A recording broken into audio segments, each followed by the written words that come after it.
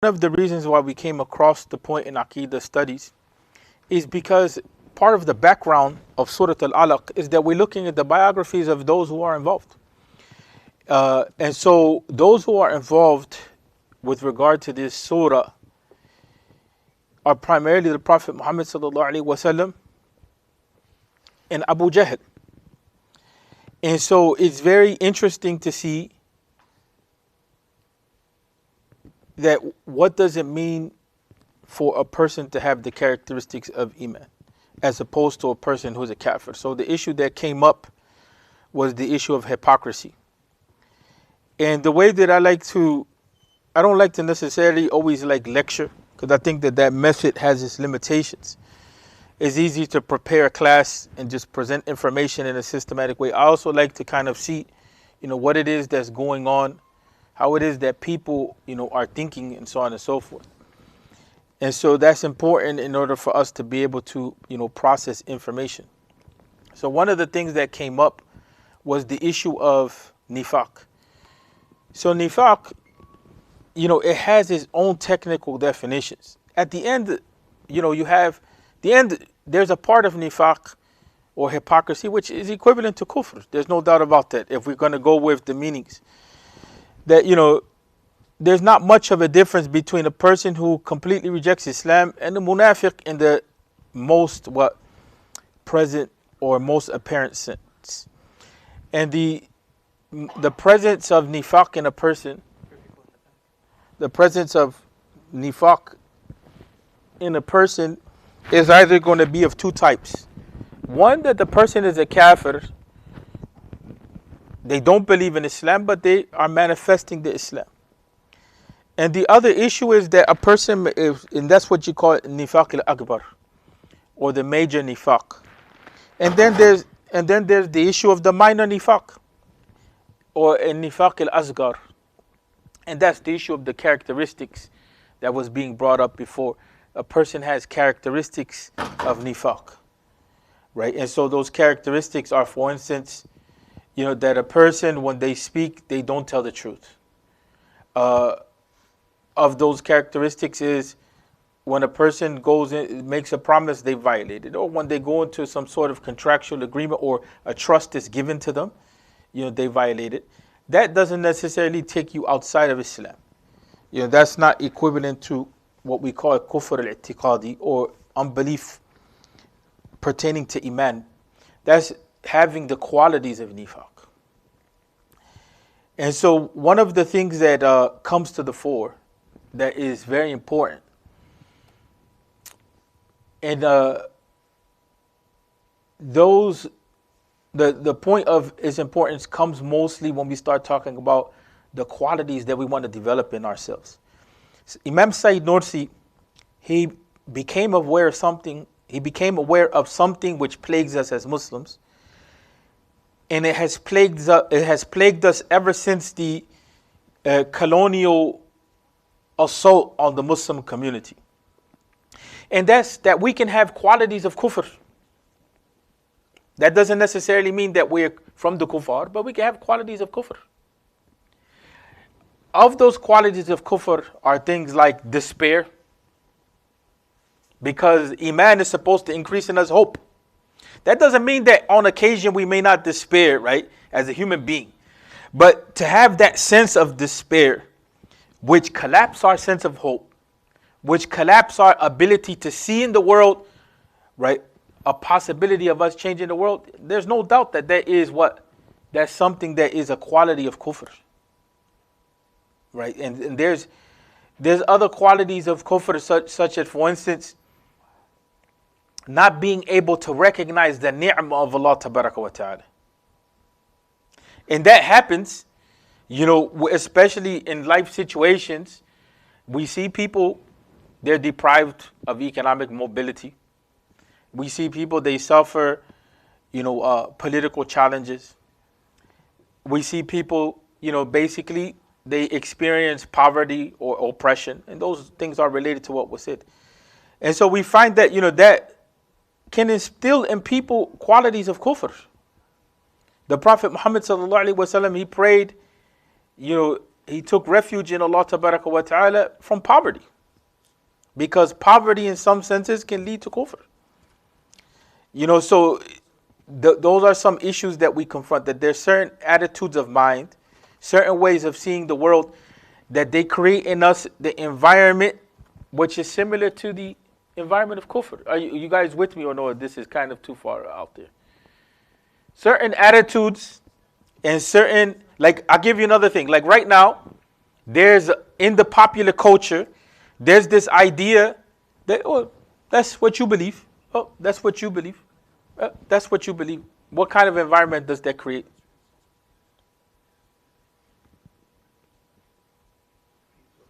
Huh? It's a free-for-all. It's a relativistic environment. We can never know what's right or wrong. We can never even know what's true. It becomes even very difficult to communicate with people. That's the way you see it. I see it another way. There's no common ground. We have to realize that that comes from a certain type of philosophy, that comes from a certain type of aqidah. To the point where human beings cannot communicate with each other on what is the nature of reality or what's right or wrong. When you have certain personalities, they become manifest. The mic is going upstairs and people are complaining, so. But they can unplug the speaker. He's playing in the hallway too. Okay. And so when we look at today we have a lot of technical challenges. And alhamdulillah that we don't depend on technology. That's the reality. If we were to depend on technology, we won't have a class. But, the point, I don't want to go into this too deep, but I just wanted to highlight these points that we have to learn what are the sifat of Iman. What are the characteristics of Iman? The most simplest way to do that without falling into this difficulty that we're in the Muslim community, this group has this aqidah, that group has that aqidah, is you look at the stories of the Quran itself. You look at the stories of those who exemplified Iman. And you look at the stories of those who exemplified kufr. And you look at the stories of those who exemplified nifaq. And that creates such a common ground between us without all of this debate in aqidah. Right? And you're going to find that those who have the qualities of Iman, if you were to present those characteristics to those people who don't believe in Islam, or may not even believe in God, you know what I'm saying? They're going to agree with a lot of those characters. Like if a person is trustworthy, if a person is truthful, right? If a person makes a promise. And we find that that is exactly how it is that Islam presents to us who the Prophet Muhammad is prior to him being the Prophet. There were certain qualities that he had which constituted what a good person looks like, what a trustworthy person looks like. And so even within the context of da'wah, a lot of times we miss out on this reality. We miss out on the reality of what kind of people should we be in the world that we live in. Sometimes we become prideful in the sense, I'm a believer, unbelievers. And then we run into this issue. Like I gave the example. A Muslim is in distress. A Muslim needs a vehicle. There's a person that's selling a vehicle. They exploit the person. In the process of that person seeking out help from the Muslim community, in the process of that person making an economic transaction, in the process of that person being in need. Where then if they may go to a non-Muslim, the non-Muslim may exemplify certain qualities which are closer to what? Iman. That's dangerous. This is one of the things which Sheikh Muhammad Abdul, it was one of the scholars of Al-Azhar. He's not without his controversies. But one of the things that he had noted was that when Sheikh Muhammad Abdul was around the time when the French and the English had invaded Egypt, colonial powers. But one of the things that he did is he went to Europe, and even though some of the scholars, they like to deny the story, but the story has a lot of truth. He went to Europe, it said, and when he went to Europe, he saw certain qualities in the system, in the process of people's interaction that was very, Islamic. And so then when he went back to the Muslim community, he saw in the system some qualities which were very un-Islamic, right? And so, and that gives us a sense of like, look, there's certain qualities that when they're present, no matter who has them, that is the manifestation of Islam in any community. And there's certain qualities as far as not social behavior, but as far as the believer, that the believer should have, that those qualities indicate Iman. And that's where we come to the issue of the munafiq. That a person is, trying to manifest Islam, but truly in the heart they don't believe. And so we say, for instance, then at the end, at the core, there's no difference between that person and the kafir. The only difference is that one person is pretending Islam, the other person is not. But then that doesn't excuse us. We put that example to the side. That doesn't excuse us because we can have qualities which imitate nifaq and it creates confusion amongst us. That, like for instance, giving a promise, we make promises to each other, we violate. We make contracts, we violate. Right?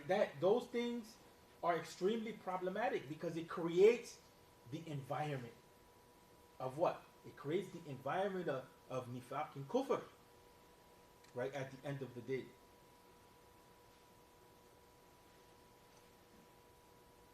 And so, for instance, when you watch a movie can have an impact on you, right? But is the movie going to be real? But you're sitting in the environment, and it can be a horror story or whatever, and you can leave with a sense of being scared, right? And then at the end of the day, what? You realize it's just a movie. But what? What did the movie do? Especially we see this in children. What did the movie do in that sense?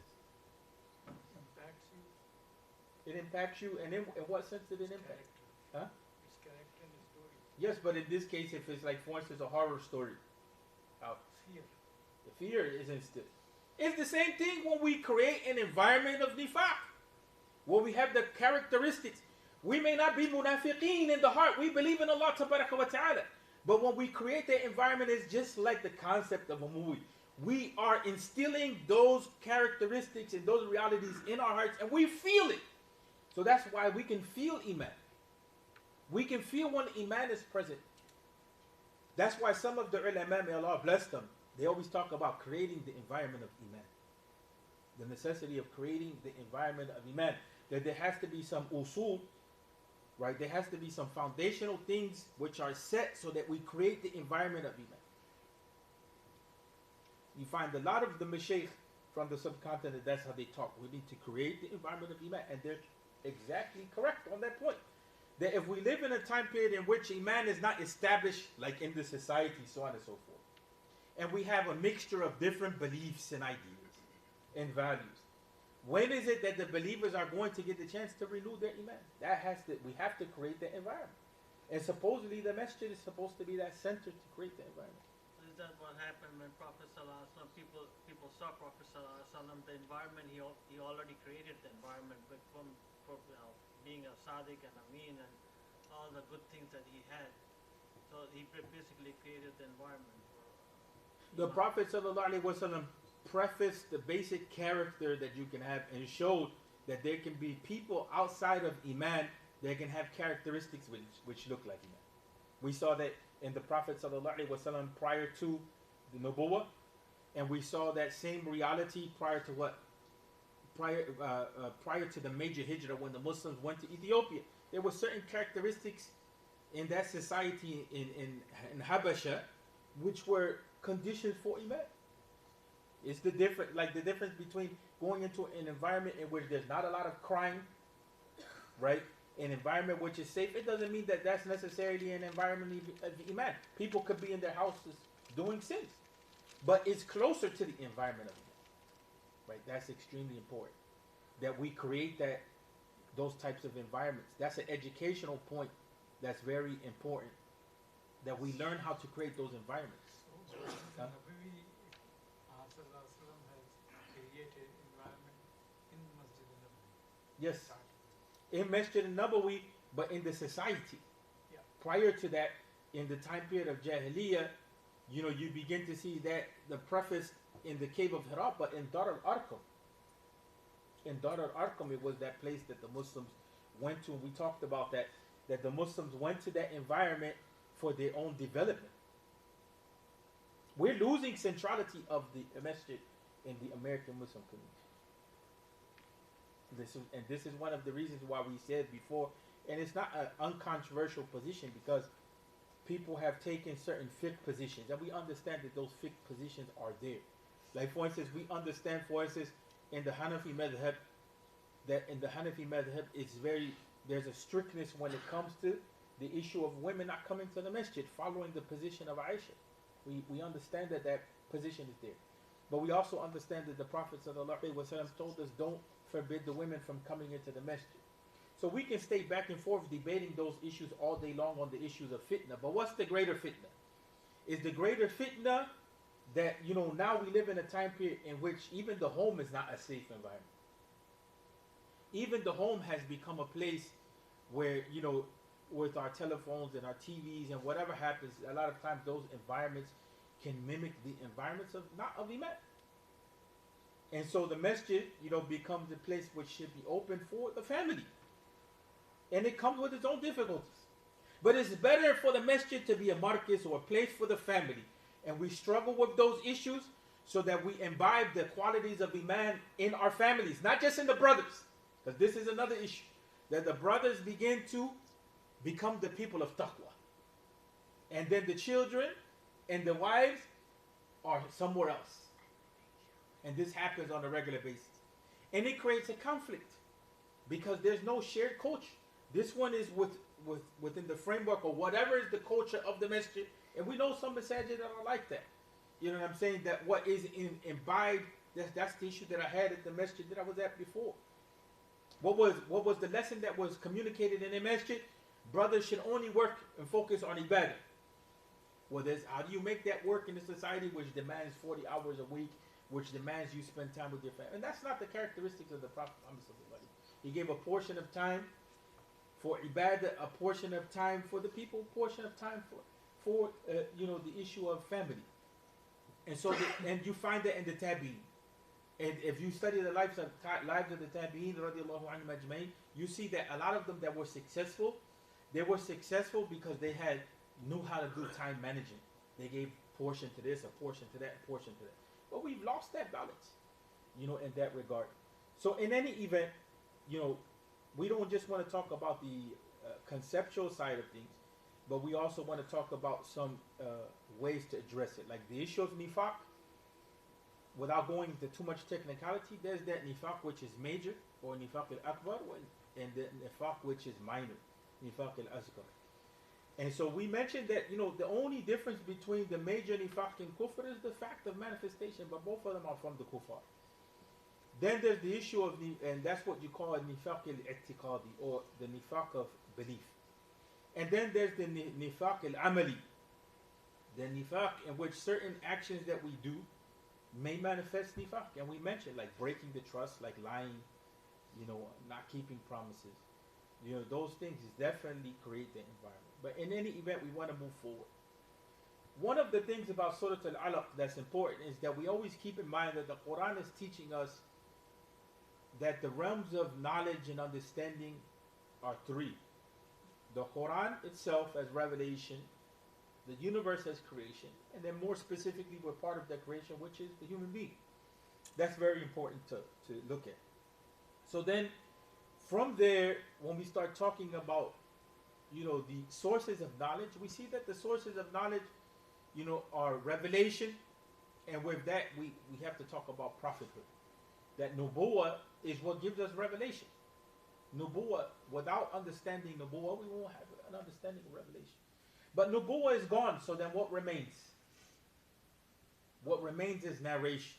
The Quran is narrated to us. The Sunnah is narrated to us. And by the way, we have some differences of opinion, but the major opinion is that the Sunnah is part of revelation itself. La yantiq anil hawa. Right? That the Prophet ﷺ doesn't speak of his own desires. So that's the source of knowledge. What's another source of knowledge? Reason. Allah Tabarak wa Ta'ala created in us reason. Is reason ma'soom, is it infallible? It's a question. It's not. And this is why, we mentioned this before, the issue of the heart, and that's something that we're going to get to. The issue of the heart, the fact that I was hoping that this was going to charge up faster, but it's not charging up so fast. Today is the technological problem beyond the ask Allah to forgive us.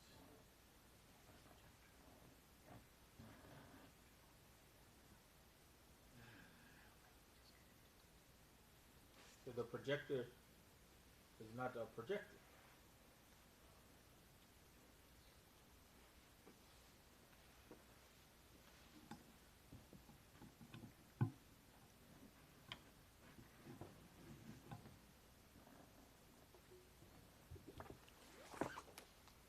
Is it warming up? It was off. Huh? It was off. So we have, different ways of knowing. This is extremely important because we confuse these things. And when we confuse these things, this is when we run into a lot of mistakes. And this happens especially now. And we had a summer program. We talked about a lot of this in the summer program here, especially for the youth. But, when we look at this issue, when we confuse these realms of knowledge, see, the non-Muslims are never going to agree to this unless they're from some religion. And they won't agree 100% with us unless they're Muslim. Other than that, you're going to talk about Christianity or Judaism believing in revelation, right? So then, for instance, this is the issue of believing in prophethood. And so prophethood, is something where there has to be a commitment. There's a shahada to it. I believe in the Prophet Isa. I believe in the Prophet Musa. I believe in the Prophet Muhammad. So that's why I said revelation, we may have some common ground with the people of the book, but then there's a separation because of the issue of authentication for us. We say that, hold on a second, we all believe in revelation, but what you have in hand as far as presenting information, is it authenticated or not? So that is clear. So that's not, prophethood in the living is not with us. It comes back to the foundational point of narration, Quran and Sunnah. And so then another form of knowledge is reason. And we already acknowledged that reason has its what? Limitation. The non-Muslims in the colonial period, they went with this and this. So when they brought reason together with sense experience and systematized it, that's how we get science. They took science from the Muslims and they began to X this out. So they said reason can solve all our problems. And that helped to a certain degree on some things, but because reason has its limitations, it produces exactly that, a limitation on what we could do with life, as far as thinking about life and so on and so forth. And then there's the issue of intuition, and this is like kind of like the spiritual realm. So intuition is not always going to give us sound knowledge. Sometimes it can. We know people that have, they feel things and they know something is coming.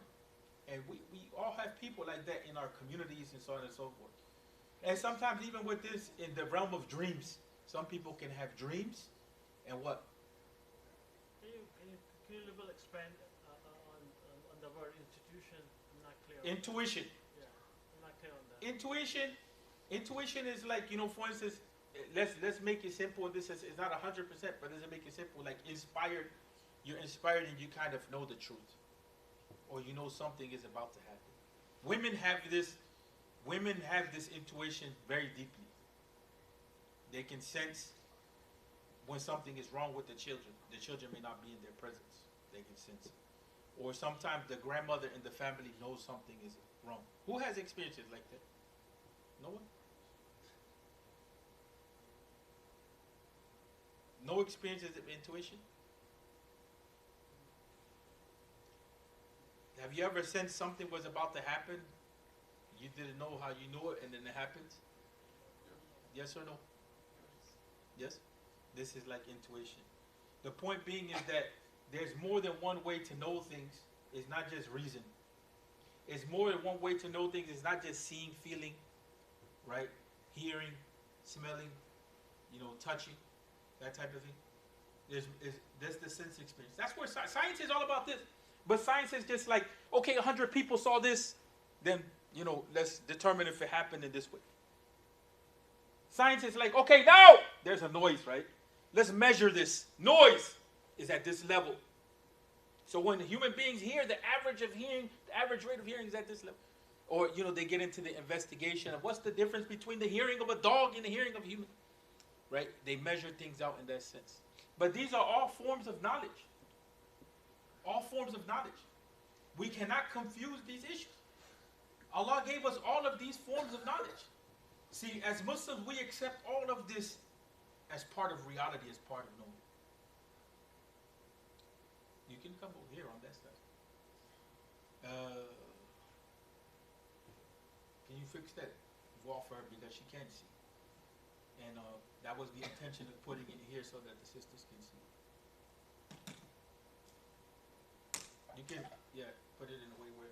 So this is how we know. This is how we know things.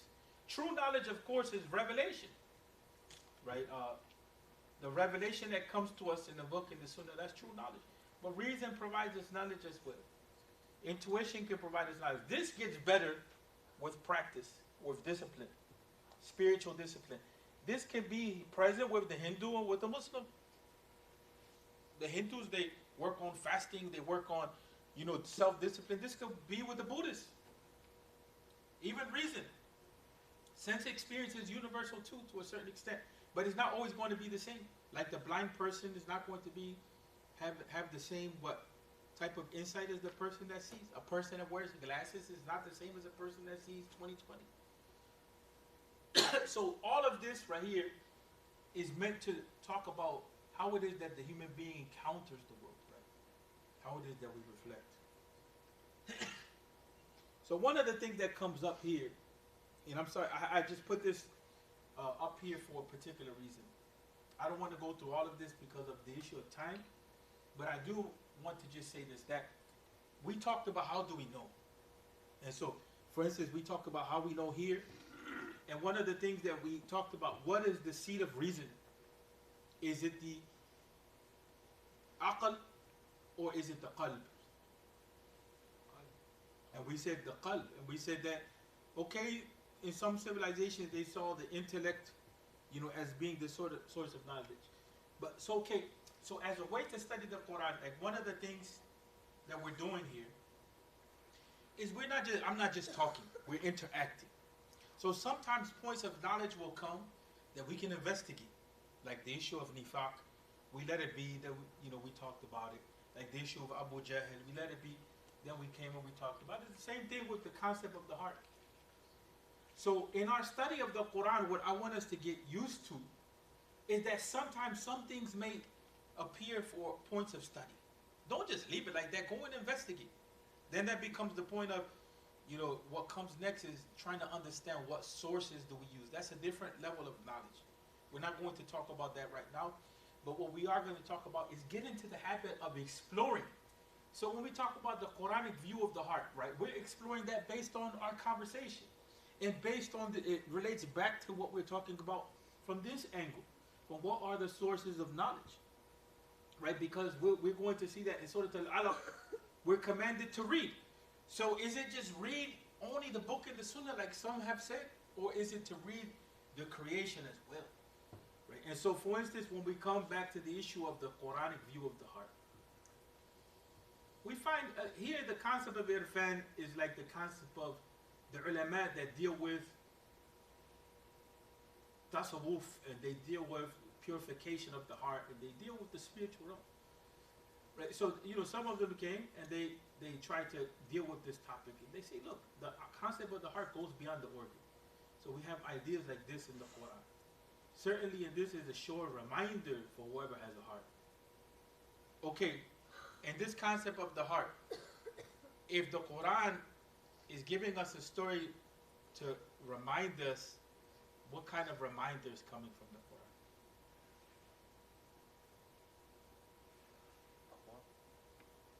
Could be a point of taqwa. What kind of reminder?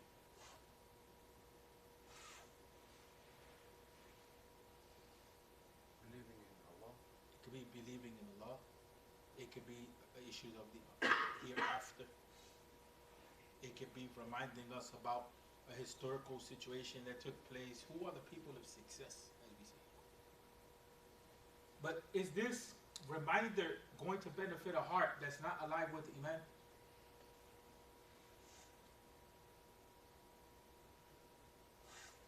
What happens to the heart when we're in a state of kufr or sin? What happens? The example of Abu Jahl. Abu Jahl had the Prophet Muhammad sallallahu alaihi wasallam right there with him. Couldn't accept. He couldn't accept. So in that sense, the heart here, he was smart. You know, it's not like people think. His name is actually the opposite. It's like the father of wisdom. But he was one of the most staunchest opponents. So the heart here then is not just an issue. You know, for instance, when we talk about intelligence, and you know, there's something on the spiritual dimension. In other words, we believe, you know, our reality can't be put in place properly as human beings unless we have iman. There's going to be a deficiency, right? And so just taking benefit from the Quran, it needs the heart to be open to it. Also, this is a concept. There's an illness in their heart, so Allah increased them in illness. That's what we find in Surah Al-Baqarah.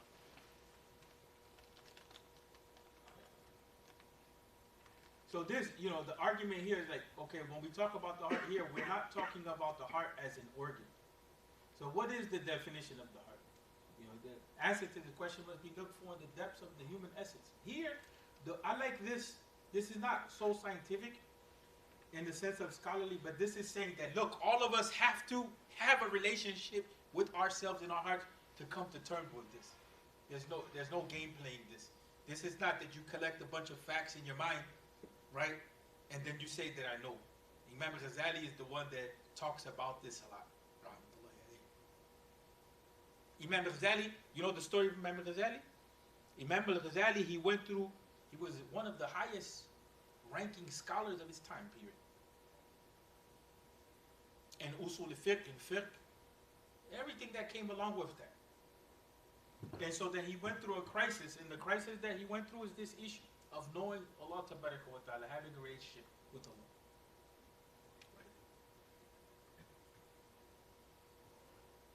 So my question is, how, if you can see Ibrahim alayhi salam, how he got all these information? When it was just the beginning. Ibrahim was a prophet. Ibrahim was a prophet, so the issue here of revelation was not there. No, for him it was.